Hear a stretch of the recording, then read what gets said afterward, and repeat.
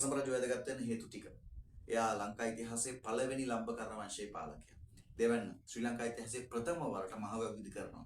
මහවිලච්චිය මානාකටිය නොච්චිපතාන ඇතුළු මහවැව් 11ක් එයා ඉදි කරනවා. ඊළඟට ඇලහැර ඇතුළු එළමාර්ග නිර්මාණය කරනවා. ඔක ලියන්න පුළුවන්.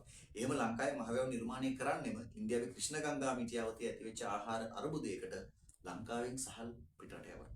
අංක 3 වසම තමයි ලංකා ඉතිහාසයේ ප්‍රථම වරට මධ්‍යගත පරිපාලනය ක්‍රමවත් කිරීම. පාලනය මධ්‍යගත කරන්නේ දුටුගැමුණු වුණාට මධ්‍යගත පරිපාලනය ක්‍රමවත් කරන්නේ වසම. එයා රට කොටස් වලට බෙදලා පාලනය කරනවා. ඔයාලට එන ලියන්න පුළුවන් මධ්‍යගත පරිපාලනය ක්‍රමවත් කිරීම කියලා. එහෙම ලියලා ලියන්න පුළුවන්.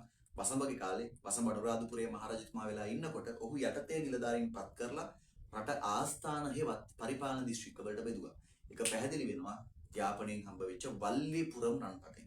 මොකද වසඹ අනුරාධපුරයේ පාලනය කරන කාලේ වසඹගේ යටතේ වැඩ කරනවා ඉසිගිරිය කියන ඇමතිවරයා. එහෙනම් එතුමාගේ වැදගත්කම් තුන.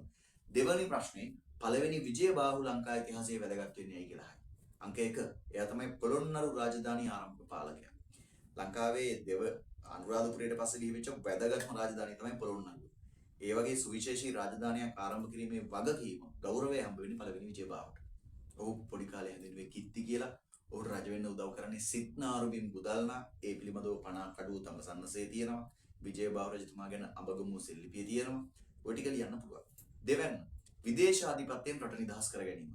මගේ පුතේ අනුරාධපුරයේ පස්වනේ මහින්ද රජතුමාව අල්ලගත්ත චෝලයෝ අවුරුදු 53ක් ලංකාව පාලනය කරනවා. එහෙම අවුරුදු 53ක චෝල පාලනයෙන් රට මුදාගන්නේ පළවෙනි විජයබාහු.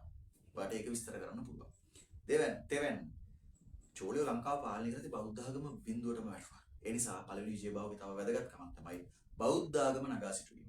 විනාශ වෙලා ගිය පොහෙර විහාර නැවත ප්‍රතිසංස්කරණය කරලා අනුරාධපුර මහා තූපය එහෙම නැත්නම් රුවන්වැලිසෑය වගේ ප්‍රතිසංස්කරණය කරලා බුදුදහම නගා සිටවන්න